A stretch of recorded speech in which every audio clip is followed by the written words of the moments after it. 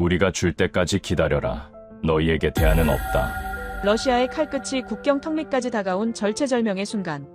무기 수입이 절실한 폴란드의 절규에도 독일은 의도적으로 시간을 끌며 차갑게 내뱉었습니다. 우크라이나 다음은 자신들이라는 공포 속에서 폴란드는 결국 독일을 버리고 지구 반대편 대한민국으로 향했는데요. 그러자 독일은 아예 노골적인 비아냥을 퍼부었죠. 한국, 세탁기나 만들던 나라의 국어라다니. 폴란드도 참 갈 때까지 갔군. 하지만 폴란드는 오래전부터 롤모델로 삼아온 한국을 선택. 국가의 체질 자체를 바꿨습니다.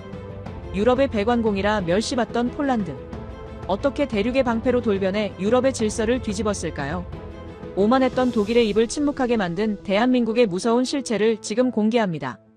어디서 듣고 계신가요? 구독과 좋아요 잊지 마세요. 안녕하세요. 저는 클라우스 베르너입니다. 베를린 방산 안보전략실 7층. 이곳에서 저는 유럽 전역의 무기 공급망을 설계하고 관리합니다. 사람들은 제가 무기를 파는 사람이라고 생각하죠. 틀린 말은 아니지만 정확하지도 않아요. 저는 질서를 만드는 사람입니다. 동유럽이 어느 정도 강해야 하고 어느 정도 약해야 하는지를 결정하는 사람이죠. 오늘 아침 사무실 벽면에 대형 디스플레이를 켰습니다. 화면에는 유럽 방산 공급망 지도가 펼쳐졌고 붉은 선들이 독일을 중심으로 사방으로 뻗어나가 있었어요. 폴란드, 체코, 루마니아, 불가리아, 에스토니아, 라트비아. 이 선 하나하나가 레오파르트 전차, 푸마 장갑차, 복서 전투 차량을 의미했습니다. 모두 독일제였고 부품도 독일에서 공급되며 정비 매뉴얼조차 독일어로 작성되어 있었죠. 단순한 무기 판매가 아니었습니다. 저희가 20년 넘게 공들여 설계한 의존 구조였고 동유럽 국가들이 독일 없이는 국방을 유지할 수 없게 만든 완벽한 통제 시스템이었어요. 붉은 선들은 거미줄처럼 얽혀 있었습니다. 독일이라는 거미가 중앙에 앉아 동유럽이라는 먹잇감들을 실로 묶어놓은 구조였죠. 먹잇감이 움직일 때마다 진동이 전해지고 독일은 그걸 감지해서 적절히 조절할 수 있었습니다. 너무 강하게 버둥대면 실을 더 팽팽하게, 너무 약해 보이면 적당히 느슨하게. 그 균형을 유지하는 게 바로 제 일이었어요. 책상 서랍을 열어 오래된 전략 문서를 꺼냈습니다. 표지에는 동유럽 안보 협력 가이드라인이라는 그럴듯한 제목이 붙어 있었지만 실제 내용은 협력과는 거리가 멀었어요. 어떻게 하면 동유럽 국가들이 자체 방산 능력을 갖추지 못하게 할 것인가? 어떻게 하면 독일 무기체계에서 영원히 벗어나지 못하게 만들 것인가? 기술 이전은 최소한으로 생산 라인은 절대 넘기지 않으며 납기는 적당히 조절해서 의존성을 극대화할 것. 수십 페이지에 걸쳐 모든 계산과 전략이 빼곡히 적혀 있었죠. 저는 이 문서가 작성되던 회의를 기억합니다. 국방부, 외교부, 산업부 고위 관료들이 모여 앉아 한 가지 원칙에 합의했던 순간이었어요. 동유럽은 너무 강해져서는 안 된다는 원칙. 냉전시대 서독이 동유럽 완충지대를 관리했던 방식 그대로였습니다. 너무 강하면 통제할 수 없고 너무 약하면 러시아가 개입할 구실을 주니까요.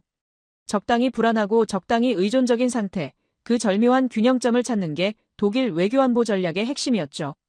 우리는 그걸 안보협력이라는 이름으로 포장했고 수십 년간 완벽하게 작동시켜왔습니다. 창밖으로 베를린의 겨울 하늘이 잿빛으로 깔려 있었습니다. 보좌관이 문을 두드리고 들어왔어요. 젊은 친구였는데 손에 분기보고서를 들고 있었습니다. 동유럽 각국의 독일 무기 의존도가 전부 상승했다는 내용이었죠. 폴란드 78%, 체코 82%, 루마니아 71%. 완벽한 숫자들이었습니다. 보좌관은 조심스럽게 물었어요. 이 정도면 충분하지 않냐고, 더 올릴 필요가 있냐고 말입니다. 저는 대답했죠. 충분하다는 건 없다고 100%가 되어야 완전한 통제라고 말했습니다. 그 친구는 뭔가 더 말하려다가 입을 다물었어요. 얼굴에서 약간의 불편함 같은 게 보였지만 저는 신경 쓰지 않았습니다. 이건 감정의 문제가 아니라 전략의 문제였으니까요. 회의실로 이동했습니다. 오늘은 분기별 유럽 방산 전략 회의가 있는 날이었거든요. 테이블 양쪽으로 국방부, 외교부, 산업부 실무진들이 자리했고 제가 들어서자 모두 고개를 숙여 인사했어요. 화면에 동유럽 방산 시장 분석 자료가 떴습니다. 향후 10년간 재무장 수요가 폭발적으로 증가할 것이라는 예측이었죠. 국방부 국장이 만족스러운 표정으로 말했습니다.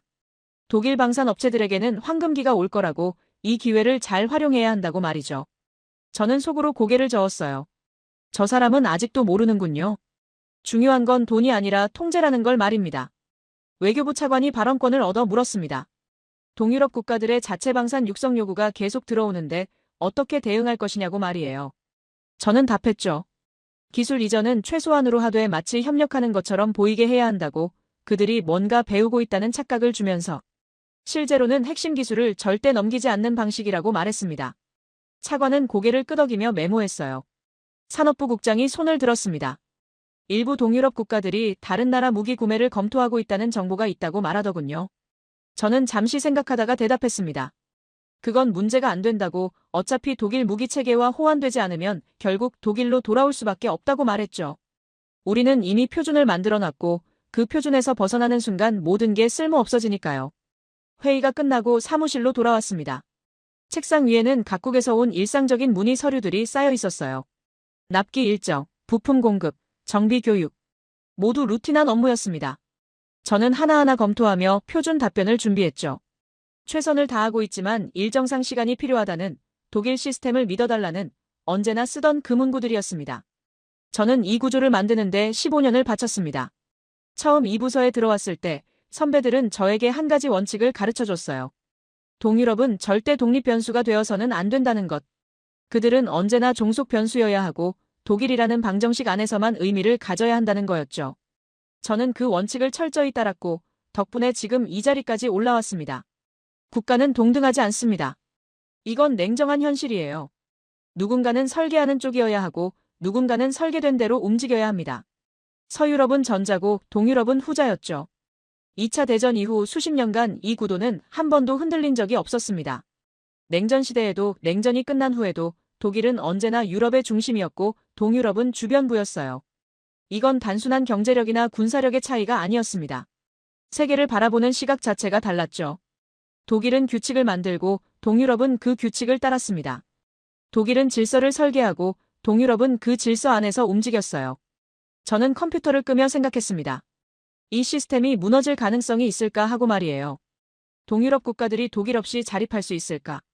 독일 무기 체계를 대체할 수 있는 선택지가 있을까? 저는 고개를 저었습니다. 불가능했어요. 우리는 너무 오랫동안, 너무 깊게, 너무 정교하게 이 구조를 만들어 왔습니다. 엘리베이터를 타고 내려가면서도 그 확신은 흔들리지 않았습니다. 모든 게 평온했고 모든 게 통제 가능한 범위 안에 있었어요. 주차장으로 걸어가며 휴대폰을 확인했지만 특별한 메시지는 없었습니다. 차에 시동을 걸며 저는 다시 한번 확신했죠. 이 질서는 앞으로도 계속될 거라고, 독일의 유럽은 흔들리지 않을 거라고 말입니다. 집으로 가는 길 라디오에서는 경제 뉴스가 흘러나왔습니다. 독일 방산 업체들의 주가가 상승세라는 소식이었어요. 좋은 소식이었죠. 하지만 저는 주가보다 더 중요한 게 있다는 걸 알고 있었습니다. 돈은 오고 가지만 통제력은 영원히 남으니까요. 질서는 힘에서 나온다. 독일 철학자의 말이었죠. 맞는 말이에요. 힘이 있는 자가 질서를 만들고 약한 자는 그 질서를 따를 수밖에 없습니다. 폴란드도 체코도 루마니아도 불가리아도 마찬가지였습니다.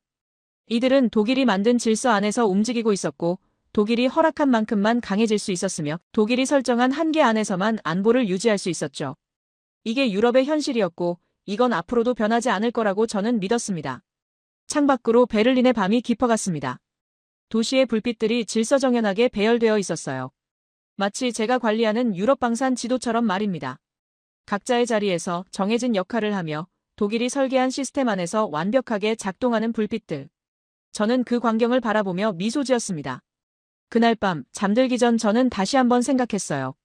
이 시스템은 완벽하다고, 이 질서는 영원하다고, 독일의 유럽은 절대 흔들리지 않을 거라고 말입니다. 그 확신이 얼마나 오만한 것이었는지 저는 그때 몰랐습니다. 그 확신이 시험받는 날은 생각보다 빨리 찾아왔습니다. 월요일 아침 사무실 문을 열기도 전에 비서가 달려왔어요. 폴란드 관련 긴급 보고서가 올라왔다고 말했습니다. 저는 여유롭게 코트를 벗으며 책상으로 걸어갔죠. 폴란드는 늘 급하게 구는 나라였으니까요. 이번에도 무기 납기를 재촉하는 내용이겠거니 생각했습니다. 하지만 보고서 첫 페이지를 펼치는 순간 분위기가 달랐습니다. 러시아 서부 군관구 기갑 사단 3개가 벨라루스 국경으로 이동했다는 정보였어요. 대규모 합동훈련이라는 명목이었지만 규모가 심상치 않았습니다. 전차 500대 이상, 자주포 200문, 다연장 로켓 시스템까지 동원된 상태였죠. 보고서를 넘기며 폴란드 측 반응을 확인했습니다. 국방부가 비상회의를 소집했고 전방부대의 경계태세를 강화했다는 내용이었어요. 그리고 마지막 페이지에는 폴란드 국방장관이 독일 국방장관에게 보낸 친서가 첨부되어 있었습니다. 전차 납기를 당장 앞당겨달라는 거의 애원에 가까운 요청이었죠. 저는 서류를 덮고 창밖을 바라봤습니다.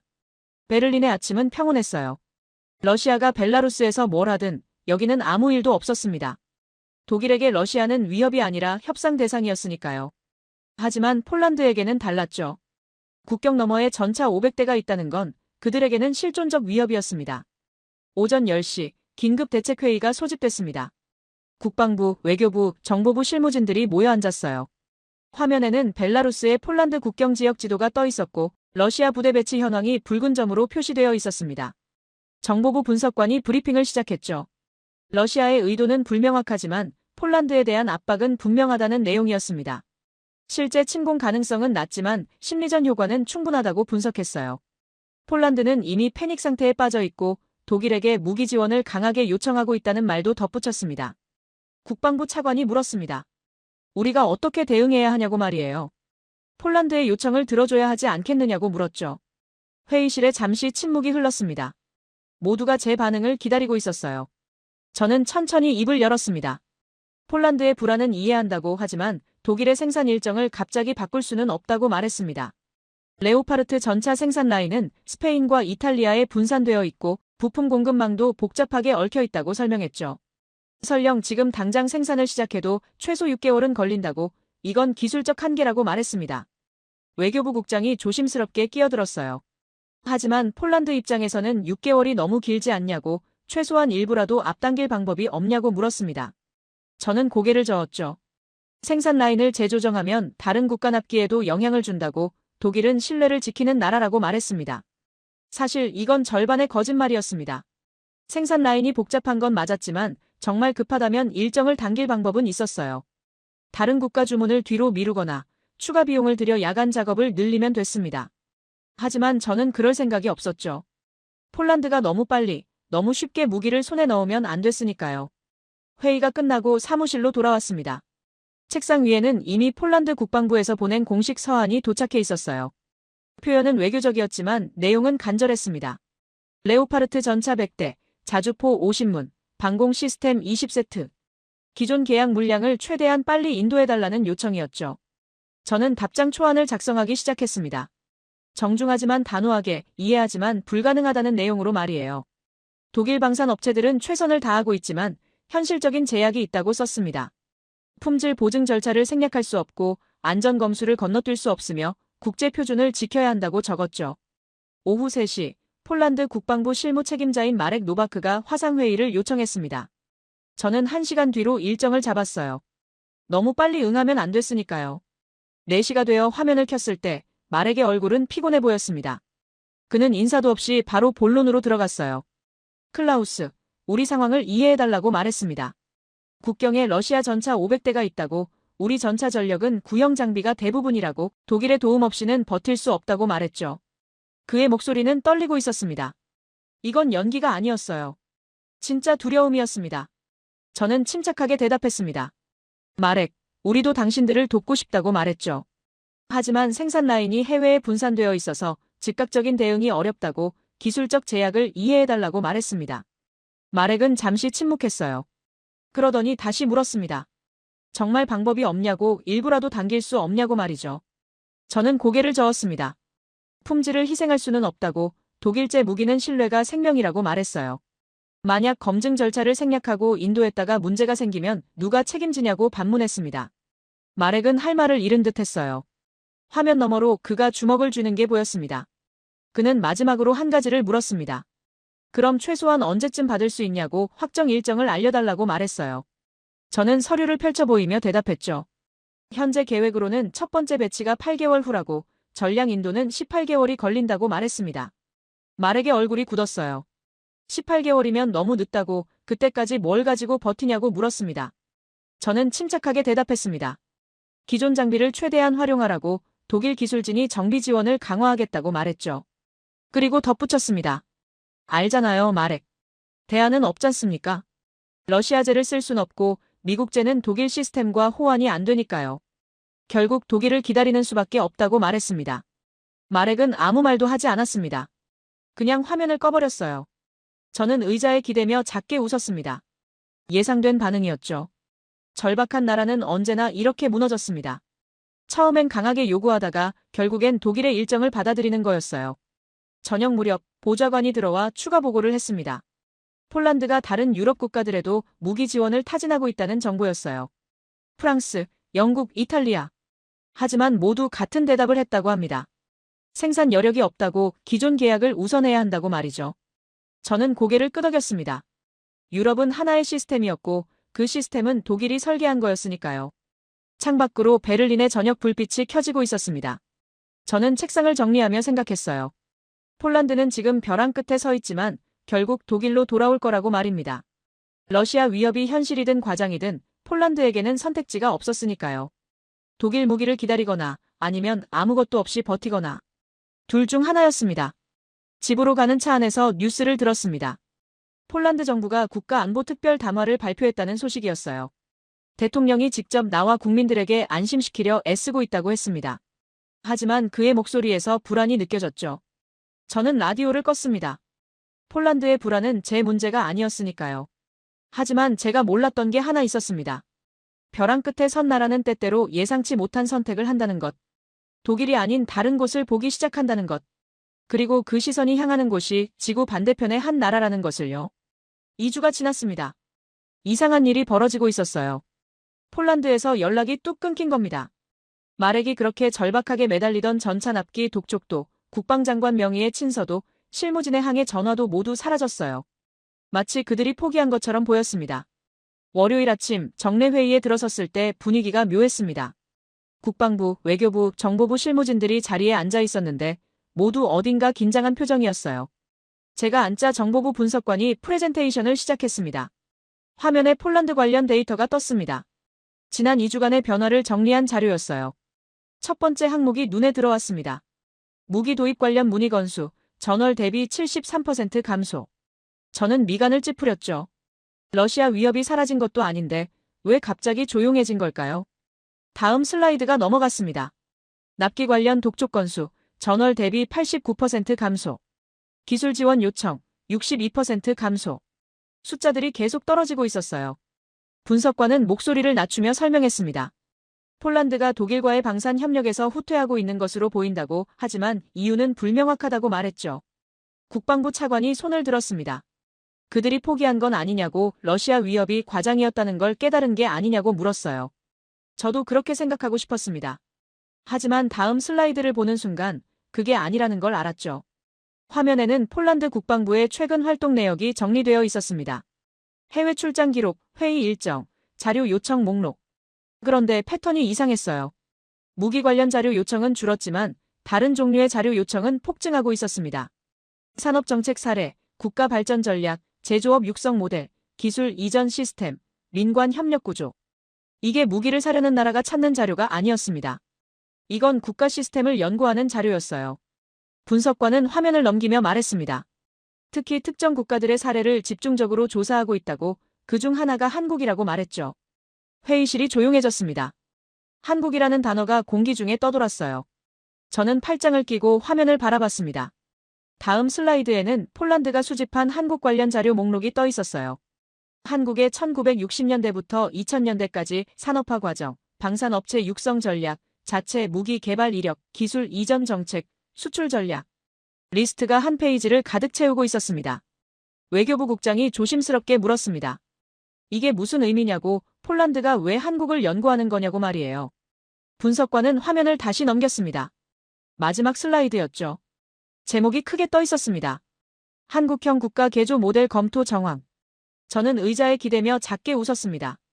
한국형 모델이라니. 폴란드가 한국처럼 되고 싶다는 건가요? 전쟁의 폐허에서 산업국가로 올라선 그 과정을 따라 하겠다는 건가요? 흥미로운 발상이긴 했지만 현실성이 없었어요. 국방부 차관이 물었습니다. 그래서 우리가 뭘 해야 하냐고, 이게 위협이냐고 말이죠. 저는 고개를 저었습니다.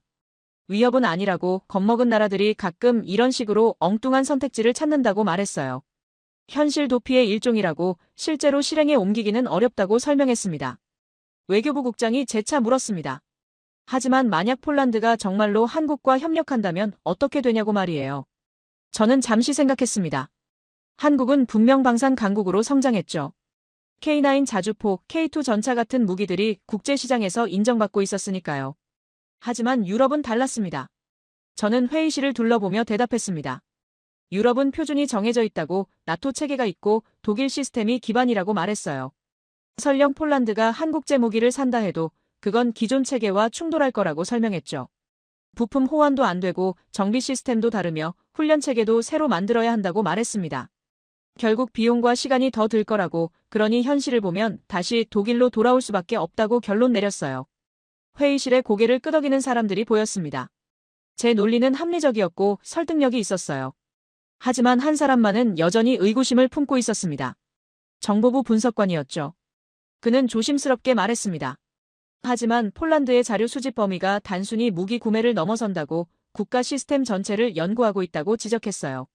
저는 손을 흔들며 대답했습니다.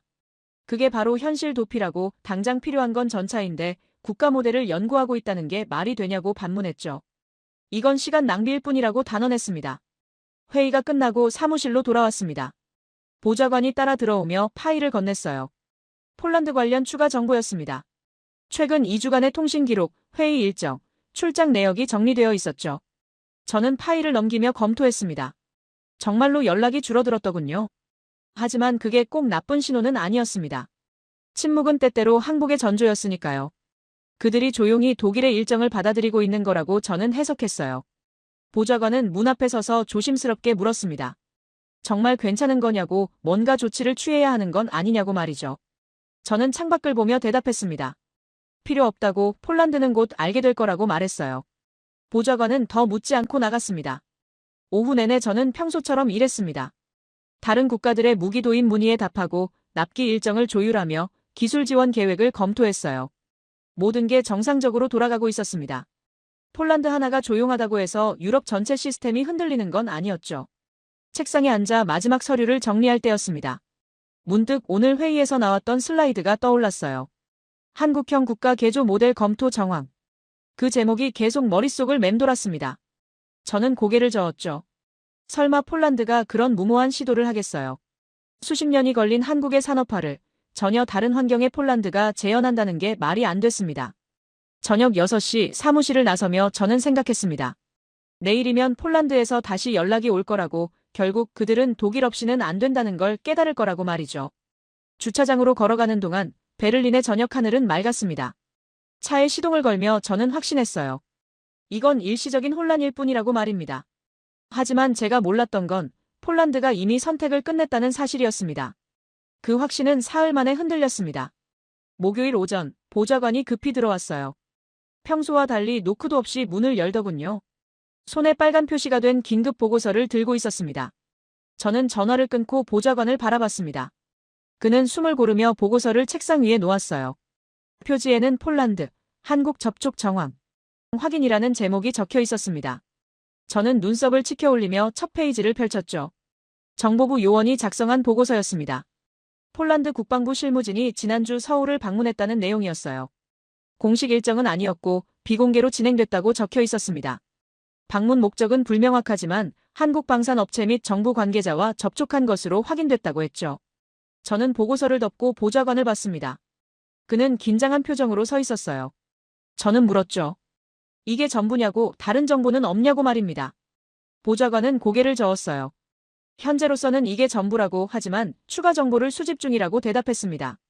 저는 의자에 기대며 생각했습니다. 폴란드가 한국을 접촉했다. 며칠 전 회의에서 나왔던 한국형 모델 연구가 단순한 자료 수집을 넘어선 건가요? 아니면 그냥 선택지를 넓히려는 신용일까요? 보좌관은 조심스럽게 물었습니다. 어떻게 대응할 것이냐고, 외교 채널을 통해 폴란드에 문의할 것이냐고 말이죠. 저는 웃음을 터뜨렸습니다. 보좌관이 놀란 표정으로 저를 쳐다봤어요. 저는 보고서를 밀어내며 말했습니다. 한국, 폴란드가 한국과 접촉했다고. 그게 무슨 의미가 있냐고 반문했죠. 보좌관은 당황한 듯 아무 말도 하지 못했습니다. 저는 설명하기 시작했어요. 한국이 방산 강국으로 성장한 건 맞다고, K9 자주포나 K2 전차가 성능은 좋다고 인정했습니다. 하지만 그게 전부라고, 유럽 시장은 아시아 시장과 다르다고 말했죠.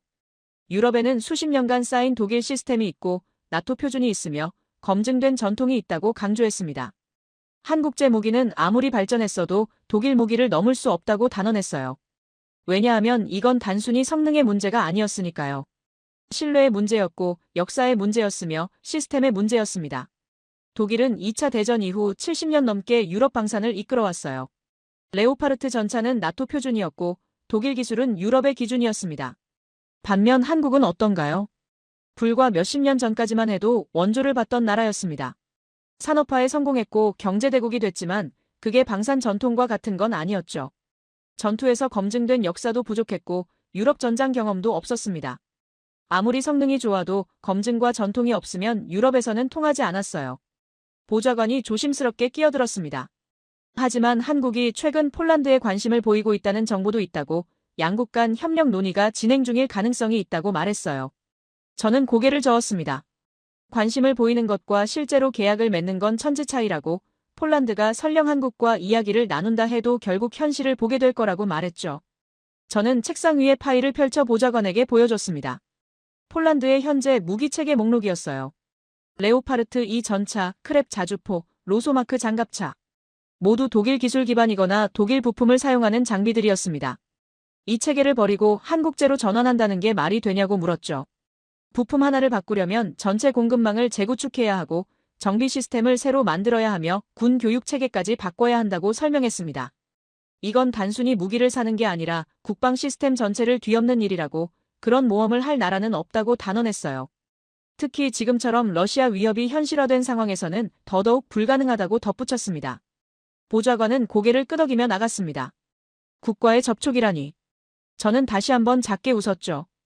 폴란드가 필사적으로 선택지를 찾고 있다는 증거였습니다.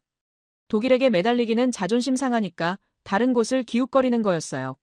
하지만 그게 실제 대안이 될 순 없었습니다. 유럽에서 독일을 대체할 수 있는 나라는 없었어요. 프랑스는 자국 시장 중심이었고 영국은 브렉시트 이후 혼란스러웠으며 미국은 너무 멀었습니다. 한국은 더 말할 것도 없었죠. 아시아 시장에서는 통할지 몰라도 유럽은 다른 차원이었습니다. 오후에 국방부 차관에게서 전화가 왔습니다. 폴란드, 한국 접촉건으로 우려가 있다는 내용이었어요. 대책을 논의하고 싶다고 말했습니다. 저는 침착하게 대답했죠. 대책이 필요 없다고 이건 폴란드의 협상 전술일 뿐이라고 말했습니다. 차관은 물었습니다. 그래도 만약을 대비해야 하지 않겠느냐고 폴란드에게 더 나은 조건을 제시하거나 일정을 당기는 건 어떻겠느냐고 말이에요. 저는 단호하게 거절했습니다. 그러면 안 된다고 폴란드의 전술에 말려들면 다른 국가들도 같은 방식으로 압박할 거라고 경고했죠. 독일은 원칙을 지켜야 한다고 우리 일정대로 진행해야 한다고 주장했습니다. 차관은 잠시 침묵하다가 동의했습니다. 저는 전화를 끊고 다시 업무로 돌아갔어요. 체코에서 온 무기 도입 문의, 루마니아의 기술 지원 요청, 불가리아의 납기 확인. 일상적인 업무들이었습니다. 폴란드 하나가 한국과 이야기를 나눈다고 해서 달라지는 건 없었어요. 저녁 무렵 보좌관이 다시 들어왔습니다. 추가 정보가 들어왔다고 말했어요. 폴란드 국방부가 한국 방산 업체들의 생산 능력을 조사하고 있다는 내용이었습니다.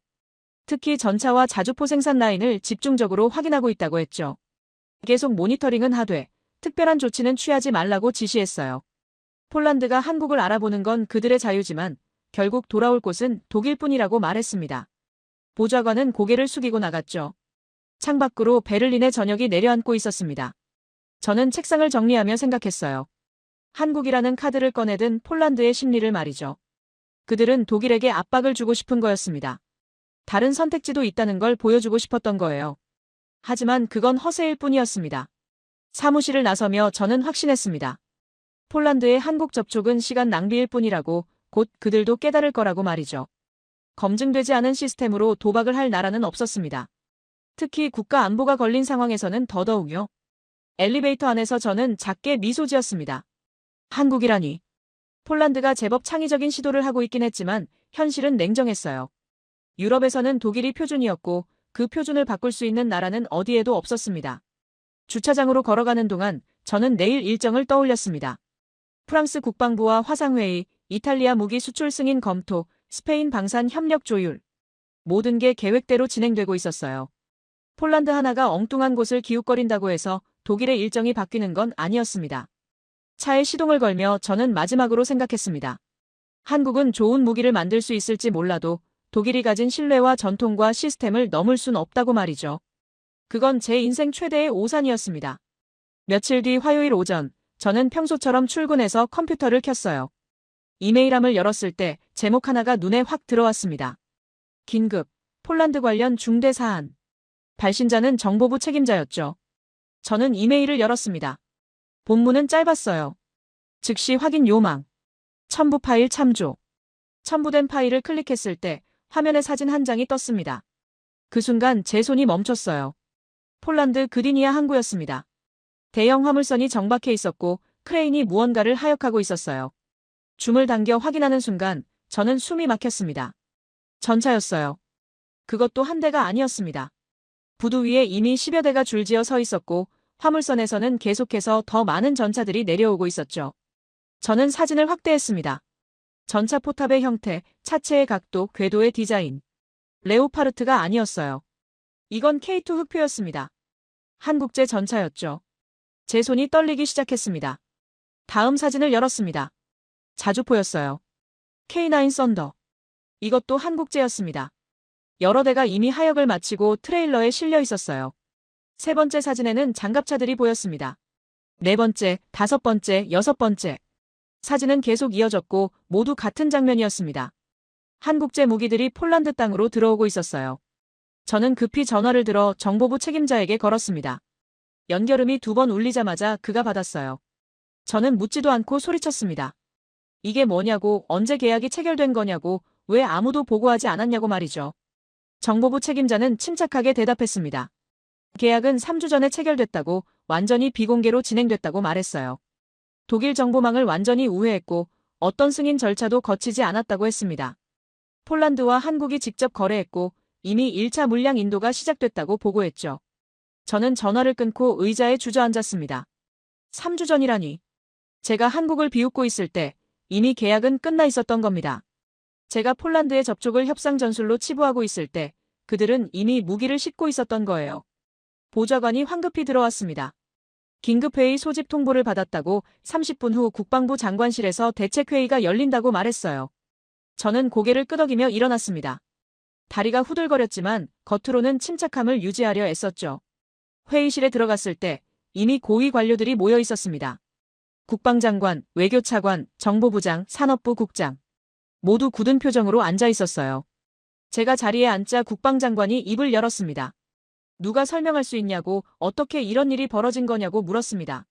정보부장이 일어나 브리핑을 시작했어요. 화면에 타임라인이 떴습니다. 3주 전 폴란드와 한국 비밀계약 체결, 2주 전 첫 선적 시작, 1주 전 폴란드 도착, 오늘 하역 개시. 모든 게 조용히 완벽하게 진행됐습니다. 외교차관이 손을 들었습니다. 계약 규모는 얼마냐고 물었어요. 정보부장은 화면을 넘겼습니다. K2 전차 180대, K9 자주포 212문, 다연장 로켓 48기, FA-50 경전투기 48대, 총액 123억 달러. 화면 속 숫자들이 눈앞에서 춤을 췄습니다. 국방장관이 저를 쳐다봤습니다. 클라우스, 자네는 왜 이런 조짐을 파악하지 못했냐고 물었어요. 폴란드의 움직임을 감시하고 있지 않았냐고, 한국과의 접촉 정황을 알고 있었던 거 아니냐고 따졌습니다. 저는 입을 열었습니다. 접촉은 알고 있었다고 하지만 그게 실제 계약으로 이어질 거라고는 생각하지 못했다고 대답했어요. 유럽 시장에서 독일 시스템을 버리고 한국제로 간다는 게 비현실적으로 보였다고, 그래서 심각하게 받아들이지 않았다고 인정했습니다. 장관은 책상을 쳤습니다. 비현실적이라고? 그런데 지금 폴란드 항구에 한국 전차가 줄지어 서 있지 않냐고 소리쳤어요. 저는 아무 말도 할 수 없었습니다. 변명의 여지가 없었으니까요. 산업부 국장이 물었습니다. 이게 독일 방산 업체들에게 어떤 영향을 미치냐고, 다른 국가들로 확산될 가능성은 없냐고 말이죠. 저는 침을 삼키며 대답했습니다. 영향은 클 거라고, 폴란드가 선례를 만들었으니 다른 동유럽 국가들도 주목할 거라고 말했어요. 외교차관이 끼어들었습니다. 우리가 폴란드에 항의해야 하지 않냐고, 나토 체계를 무시한 일방적 행동이라고 문제 삼아야 하지 않겠냐고 물었어요. 정보부장이 고개를 저었습니다. 항의할 명분이 없다고, 폴란드는 주권 국가이고 무기 구매는 그들의 권리라고 지적했죠. 회의실이 조용해졌습니다. 모두가 현실을 이해하기 시작했어요. 독일이 폴란드를 통제할 방법이 없다는 것을, 이미 게임이 끝났다는 것을 말이죠. 국방장관이 마지막으로 물었습니다. 클라우스, 솔직히 말해봐라. 우리가 이 상황을 되돌릴 수 있냐고, 폴란드를 다시 독일 체계로 끌어올 방법이 있냐고 물었어요. 저는 고개를 숙였습니다. 그리고 처음으로 인정했죠. 없다고, 이미 늦었다고 말했습니다. 폴란드는 우리를 떠났고 우리가 할 수 있는 건 이제 없다고 대답했어요. 회의가 끝나고 사무실로 돌아왔을 때 저는 탈진한 상태였습니다. 창밖을 바라보며 생각했어요. 어떻게 이런 일이 벌어진 건지, 어디서부터 잘못된 건지 말이죠. 머릿속으로 지난 몇 주를 되짚었습니다. 폴란드의 절박한 요청을 거부했던 순간, 한국 접촉 소식을 비웃었던 순간, 모든 게 통제 가능하다고 확신했던 순간들. 그 모든 순간에 저는 틀렸습니다. 책상 위의 컴퓨터 화면에는 여전히 그리니아 항구 사진이 떠 있었어요. 한국제 전차들이 폴란드 땅으로 내려오는 장면. 그 사진 한 장이 모든 걸 말해주고 있었습니다. 독일이 설계한 질서는 무너졌고 유럽은 더 이상 독일만의 것이 아니었어요. 저는 의자에 깊숙이 몸을 묻었습니다. 통제를 잃었다는 게 어떤 의미인지 그제야 이해하기 시작했죠.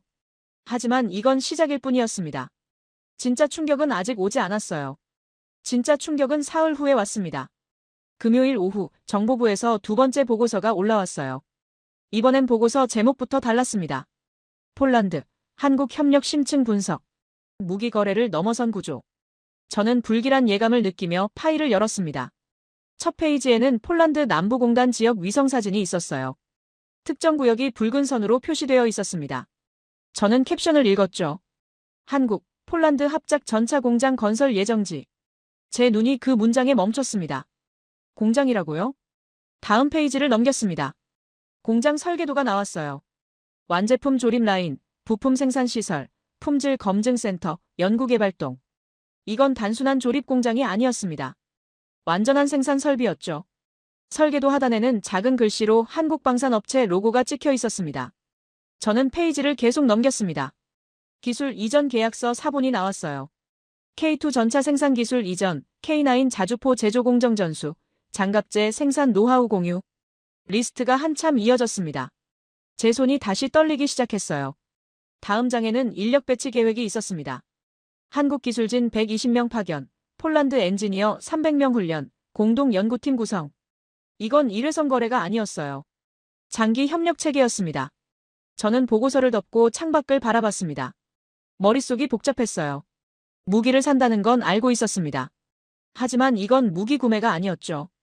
폴란드가 한국으로부터 받은 건 완제품이 아니라 만드는 방법이었습니다.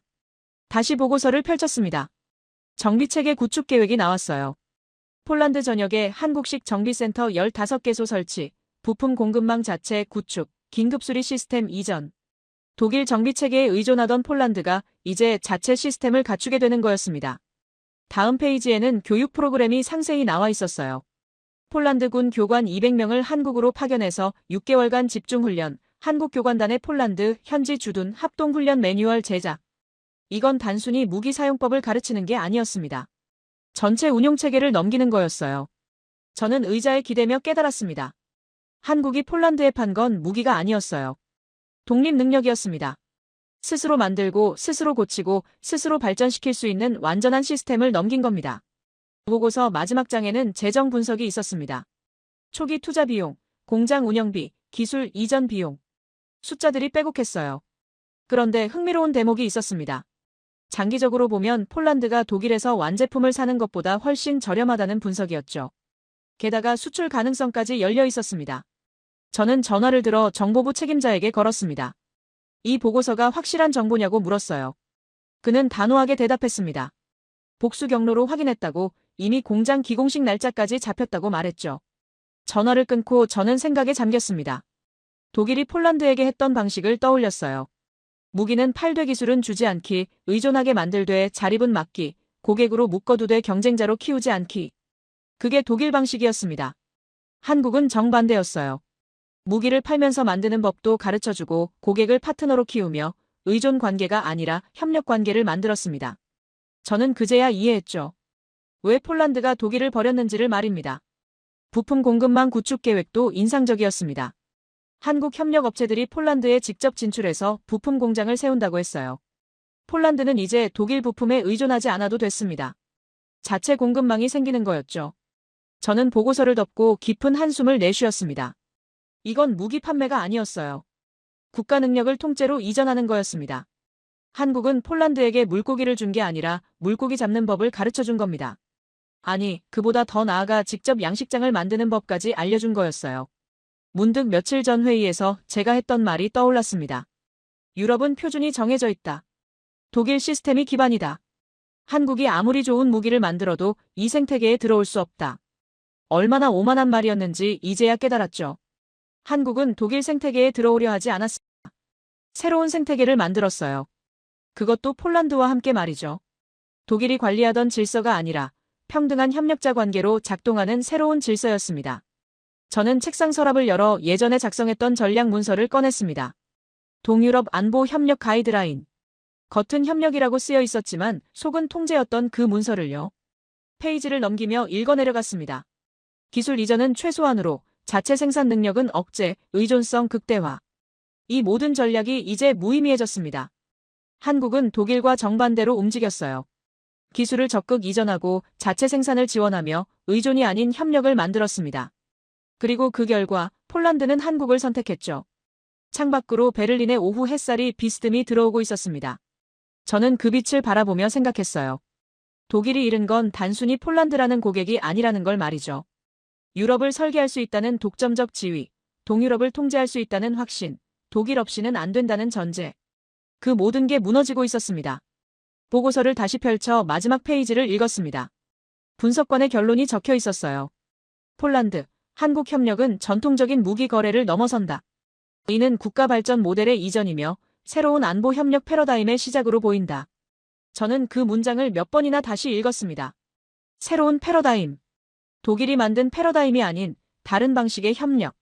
그리고 그 중심에는 한국이 있었어요. 책상 위에 놓인 유럽 방산 지도가 눈에 들어왔습니다.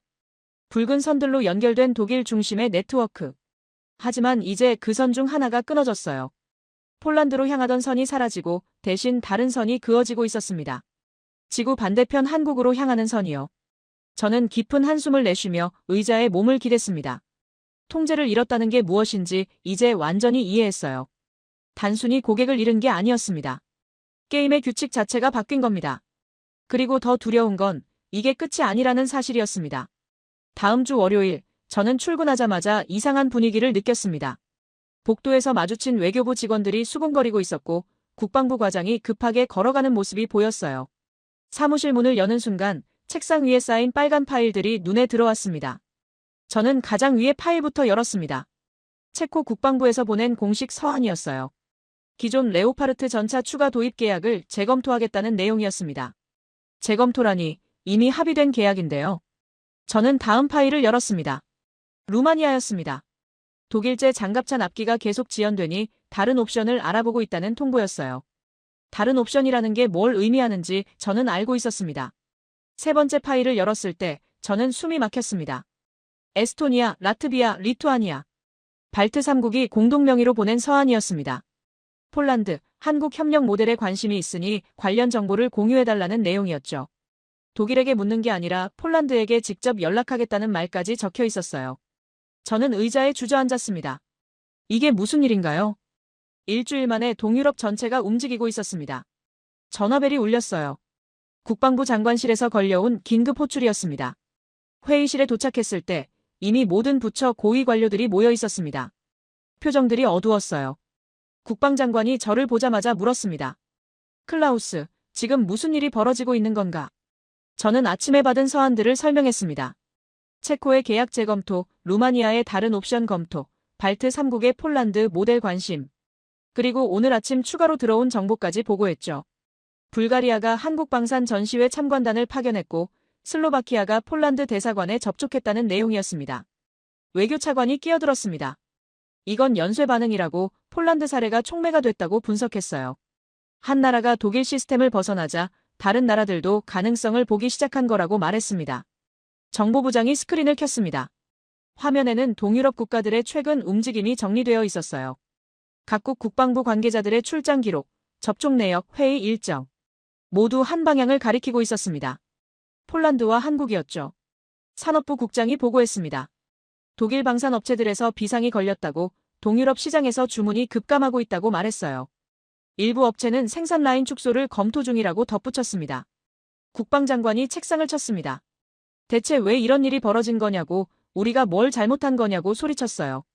저는 입을 열었습니다. 우리는 잘못한 게 없다고, 우리는 규칙을 지켰다고 대답했습니다. 그 순간 회의실이 조용해졌습니다.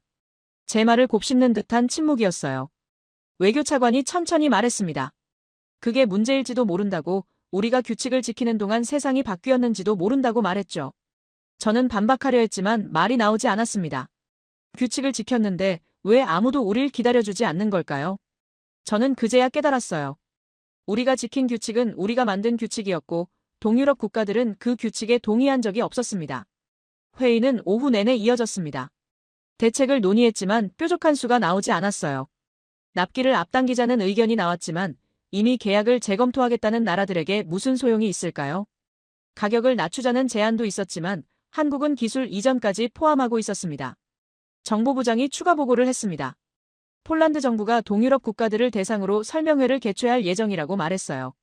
한국과의 협력 모델을 공유하고 관심 있는 국가들과 연결해주겠다는 내용이었죠.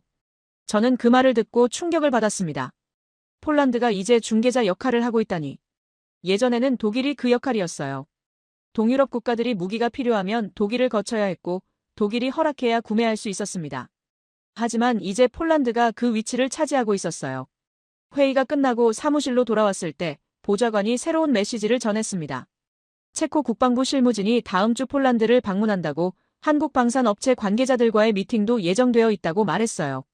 저는 창밖을 바라봤습니다. 베를린의 오후 하늘이 흐렸어요. 제 머릿속도 그만큼 혼란스러웠습니다. 일주일 전만 해도 폴란드 하나가 이탈한 것으로 생각했어요. 하지만 이건 단순한 이탈이 아니었습니다. 전체 시스템의 붕괴였죠. 전화벨이 울렸습니다. 프랑스 국방부에서 걸려온 전화였어요. 담당자는 조심스럽게 물었습니다. 동유럽 상황이 어떻게 돌아가고 있냐고, 독일이 통제할 수 있는 상황이냐고 말이죠. 저는 솔직하게 대답했습니다. 통제할 수 없다고, 상황이 우리 손을 벗어났다고 말했어요. 전화를 끊고 저는 책상에 앉았습니다. 컴퓨터를 켜서 유럽 방산 지도를 띄웠어요. 예전에는 모든 선이 독일을 향하고 있었습니다. 하지만 이제 그 선들이 흔들리고 있었죠. 일부는 끊어지고 일부는 다른 방향을 보고 있었습니다. 보좌관이 들어와 또 다른 소식을 전했습니다. 슬로베니아 국방장관이 언론 인터뷰에서 폴란드의 선택을 주목하고 있다고 발언했다는 내용이었어요. 독일 시스템의 장기 납기가 문제라고 다른 대안을 검토할 필요가 있다고 공개적으로 말했다고 했습니다. 저는 고개를 저었습니다. 이제 공개적으로 비판까지 시작한 겁니다. 예전 같았으면 상상도 못할 일이었어요. 동유럽 국가들은 독일을 비판하는 게 아니라 독일의 결정을 기다렸습니다. 하지만 이제 그들은 더 이상 기다리지 않았어요. 사무실을 나서며 저는 생각했습니다. 독일이 수십 년간 쌓아온 질서가 무너지고 있다고, 우리가 관리하던 대상들이 이제 독립 변수가 되고 있다고 말이죠. 저는 인정해야 했습니다. 독일은 더 이상 유럽의 유일한 선택지가 아니라고 말이죠. 동유럽 국가들은 이제 독일을 기다리는 게 아니라 독일을 우회하고 있었습니다. 석 달이 흘렀습니다. 제 책상 위에는 빈워드 문서가 떠 있었어요. 커서가 깜빡이고 있었지만 저는 한참 동안 아무것도 쓰지 못했습니다. 국방부에서 요청한 최종 평가 보고서를 작성해야 했거든요. 제목은 이미 정해져 있었습니다. 폴란드, 한국 협력 사례 분석 및 유럽 안보 체계에 미친 영향. 저는 창밖을 바라봤습니다. 베를린의 겨울이 깊어가고 있었어요. 석 달 전 제가 확신에 차 있던 그 사무실, 그 창문이었지만 이제 모든 게 달라져 있었습니다. 키보드에 손을 올렸습니다. 첫 문장을 적었어요. 폴란드는 더 이상 단순 수입국이 아니다. 문장을 쓰고 나니 손이 멈췄습니다. 인정하기 싫었지만 이건 사실이었어요. 지난 석 달 동안 제가 받은 보고서들을 펼쳐놨습니다. 폴란드의 변화를 추적한 자료들이었죠. 첫 번째 보고서를 열었습니다. 폴란드와 한국 합작 공장이 예정보다 빠르게 진행되고 있다는 내용이었어요. 이미 기초 공사가 끝났고 장비 반입이 시작됐다고 적혀 있었습니다. 두 번째 보고서는 더 충격적이었습니다. 폴란드가 자체 생산한 첫 번째 K2 전차가 출고됐다는 소식이었어요. 물론 한국 기술진의 지도 아래 만들어진 거였지만 중요한 건 폴란드 땅에서 폴란드 기술자들이 만들었다는 사실이었습니다. 세 번째 보고서를 넘겼습니다. 폴란드 방산 산업의 성장 데이터였어요. 관련 일자리가 8,000개 증가했고 협력업체가 50개 이상 새로 생겼으며 방산 수출액이 전년 대비 130% 증가했다고 나와 있었습니다. 저는 잠시 보고서를 덮고 생각했습니다. 이건 단순히 군사력 강화가 아니었어요. 폴란드 경제 전체가 움직이고 있었습니다. 방산 산업을 중심으로 제조업이 발전하고 기술 수준이 올라가며 고급 일자리가 생기고 있었죠. 다시 보고서를 펼쳤습니다. 폴란드 정부의 산업정책 변화에 관한 분석이었어요. 방산을 기반으로 민간 제조업까지 육성하는 계획이 수립됐다고 나와 있었습니다. 한국이 1970년대에 걸었던 길과 비슷한 패턴이었죠. 방위산업으로 시작해서 자동차, 조선, 전자로 확장했던 그 과정 말입니다. 저는 키보드를 다시 두드렸습니다. 폴란드는 한국의 산업화 모델을 자국 상황에 맞게 적용하고 있다. 문장을 쓰고 나서 잠시 멈췄어요. 이 말이 뭘 의미하는지 곱씹었습니다. 며칠 전 읽었던 폴란드 언론 기사가 떠올랐습니다. 마렉 노바크와의 인터뷰였어요. 그는 이렇게 말했습니다. 우리는 한국을 따라하는 게 아니다. 한국이 걸어온 길을 참고해서 우리만의 길을 만들고 있다. 저는 그 문장을 보고서에 인용했습니다. 그리고 덧붙였죠. 폴란드는 한국을 단순히 모방하지 않았다. 한국의 경험에서 핵심 원리를 추출하여 자신들의 방식으로 재현하고 있다. 다음 문단을 쓰기 위해 또 다른 보고서를 펼쳤습니다. 폴란드의 안보 정책 변화에 관한 내용이었어요. 이전에는 독일을 통해 간접적으로 안보를 확보했다면 이제는 자체 생산 능력을 바탕으로 직접적인 안보를 구축하고 있다고 분석되어 있었습니다. 저는 천천히 타이핑했습니다. 폴란드는 안보와 경제를 동시에 설계하는 국가로 변모했다. 군사력 강화가 경제 발전으로 이어지고 경제 발전이 다시 군사력 강화를 뒷받침하는 선순환 구조를 만들고 있다. 문장을 쓰면서 저는 깨달았습니다. 이게 바로 한국이 걸어온 길이었다는 것을요. 안보 위기를 산업 발전의 기회로 만들고 방산을 국가 발전의 엔진으로 활용했던 전략. 폴란드가 지금 그 전략을 따르고 있었습니다. 보고서 작성을 잠시 멈추고 저는 생각에 잠겼습니다. 독일은 폴란드에게 뭘 제공했을까요?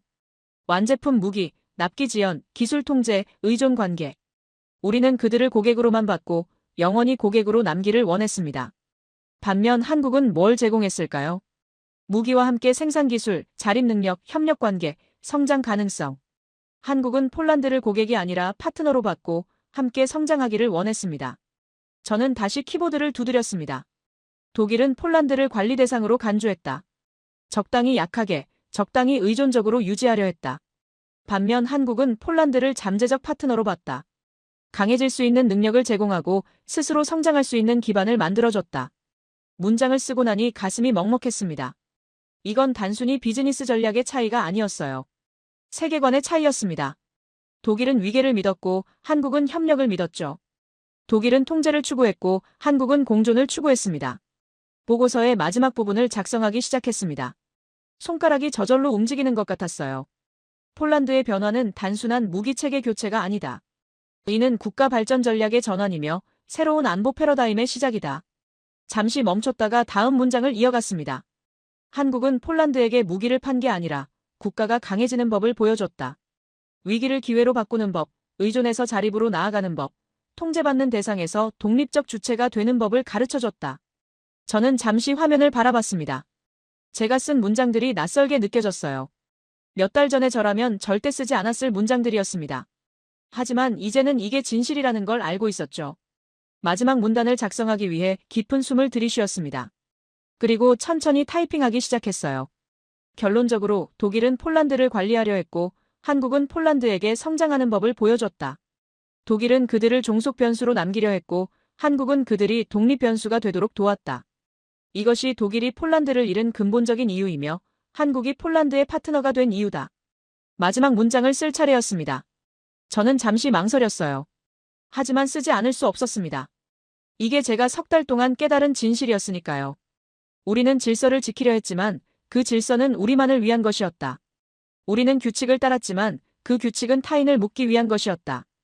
우리는 강했지만 그 힘을 나누지 않았다. 반면 한국은 자신의 성장 경험을 나눴고 그 나눔이 더 큰 영향력을 만들어냈다. 저는 문서를 저장하고 의자에 기댔습니다. 보고서 작성이 끝났어요. 하지만 제 마음은 편하지 않았습니다. 이 보고서는 단순한 분석이 아니었어요. 제가 평생 믿어온 시스템의 종말을 선언하는 문서였습니다. 창밖을 바라봤습니다. 베를린의 겨울 하늘은 여전히 잿빛이었어요. 하지만 저는 알고 있었습니다. 폴란드의 하늘은 다를 거라는 걸요. 그들은 이제 독일의 그늘이 아니라 자신들의 미래를 보고 있을 테니까요. 보고서 파일을 국방부에 전송했습니다. 전송 완료 메시지가 뜨는 순간 저는 깊은 한숨을 내쉬었습니다. 게임은 끝났습니다. 독일이 설계한 유럽은 더 이상 존재하지 않았어요.